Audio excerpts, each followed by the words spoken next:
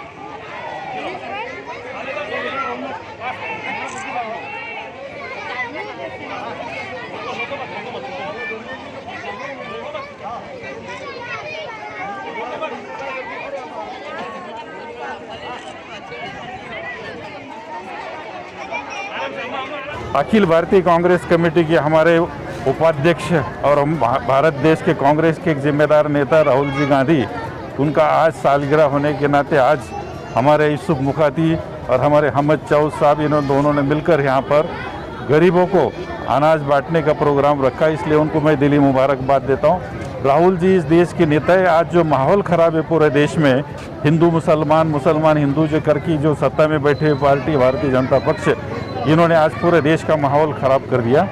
और राहुल गांधी ऐसे नेता है कि पूरे देश में कि पूरे सभी जाति जमात को साथ में लेने का उनका वादा है, और जब जब कुछ माहौल ख़राब होता है तो राहुल गांधी माइनॉरिटी के लिए, सभी समाज के लिए उठकर आगे आते हैं। इस देश में आज किसान बेहाल है, बेरोज़गारी बढ़ी हुई है, उसके बाद महंगाई भी बढ़ी हुई है। ये सभी के लिए अगर अपने को कुछ करना है तो राहुल गांधी जो है, इनके सालगिरह के मौके पे हम यही चाहते हैं कि देश को बचाना है तो राहुल गांधी को लाना है। आज सालगिरह के मौके पे हम उनको दिली मुबारकबाद देते हैं, और वो जियो हज़ारों साल और साल के दिन हो 50,000, ऐसा हमारे नेताओं को हम आज मुबारकबाद देते हैं। अभी देश में चर्चा आरक्षण पे हो रहा है। आपकी सरकार ने आरक्षण दिया था पिछले मरतबा मुस्लिम समाज को, इससे मुस्लिम समाज भी नाराज है। अभी तक के कोई निर्णय और फैसला महाविकास आघाड़ी सरकार ने आरक्षण पर नहीं लिया। देखो, पहले हमारी जो सरकार थी कांग्रेस और राष्ट्रवादी की, उस वक्त में 5% रिजर्वेशन मुस्लिम समाज को दिया गया था, मगर उस वक्त सरकार ने जब देने के बाद मराठा समाज को 15% और 5% मुस्लिम समाज को, मगर बाद में इलेक्शन होने के बाद सरकार बदल गई। सरकार बदलने के बाद जो देवेंद्र फडणवीस जी की सरकार आई, उन्होंने सिर्फ मराठा समाज का जो ऑर्डिनेंस था उसको पास किया, मुस्लिम समाज का जो ऑर्डिनेंस था उसको पास नहीं किया, इसलिए मुसलमानों के रिजर्वेशन के बारे में वाकई कोई कंसिडरेशन नहीं हुआ। मगर आज हम महागठी सरकार है, इसमें ये ज़रूर सोच रहे कि धनगर समाज हो, मराठा समाज हो, ओबीसी समाज हो, मुस्लिम समाज हो, इनको कैसा रिजर्वेशन दे सकते हैं, ये कोशिश चल रही है। मगर रिजर्वेशन देने का जो इख्तियार था, अधिकार था, ये पहले स्टेट गवर्नमेंट को था कि जो बैकवर्ड क्लास के लोग हैं, जो वीकर सेक्शन के लोग, उनको रिजर्वेशन दे सकते हैं। मगर सेंट्रल गवर्नमेंट में पीछे कानून में तब्दीली की और पूरे इख्तियारात अपने पास लेने से अब जो भी होना है फैसला सेंट्रल गवर्नमेंट मोदी सरकार कर सकती है। हम महाराष्ट्र सरकार की महाआघाड़ी सरकार कोशिश कर रहे हैं, वहाँ तक निवेदन दिए, वहाँ तक प्रपोजल भेजे कि ये सभी समाज को रिजर्वेशन देना चाहिए। इंशाल्लाह हम दुआ करते हैं कि सेंट्रल गवर्नमेंट इसको कबूल करे और सभी समाज को न्याय देने की कोशिश करेंगे। सर, औरंगाबाद शहर में चर्चा ये भी चल रही है इलेक्शन को लेकर, महानगर पालिका चुनाव को लेकर, तो क्या भविष्य में क्या महाविकास आघाड़ी हो सकती है?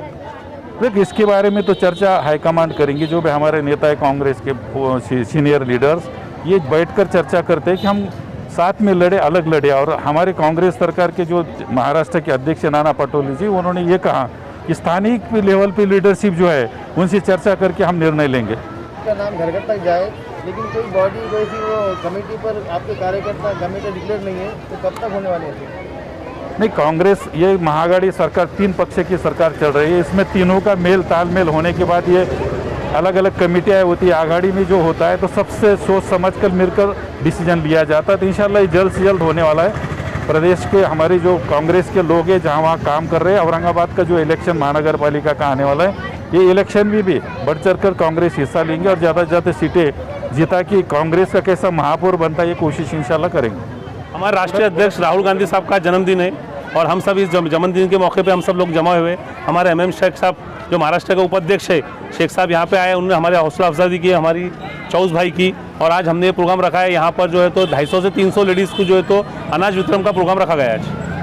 आज राहुल जी गांधी जी का, हमारे जो देश के नेता है, उनका जन्मदिन मनाया गया और हमारे माइनॉरिटी डिपार्टमेंट की तरफ से, महाराष्ट्र अल्पसंख्यक विभाग की तरफ से और हमारे रोटी बैंक, हमने मिल के जो है तो ये कार्यक्रम रखे और अनाज वाटप का कार्यक्रम रखे। पूरे देश के अंदर राहुल जी ने ये संदेश दिया है कि भाई आप पूरे देश के अंदर गरीबों की किस तरह मदद कर सकते हैं, अनाज बांट के या और भी जो चीज़ है ज़रूरतमंद लोगों को जो भी दे सकते हैं वो मेरे जन्मदिन पे करिए, और बाकी जो है दूसरे जो भी जन्मदिन के मौके पर लोग करते वो ना करते हुए एक आम लोगों को क्या मदद होती उसके लिए आप जो है तो अनाज वाटप करो।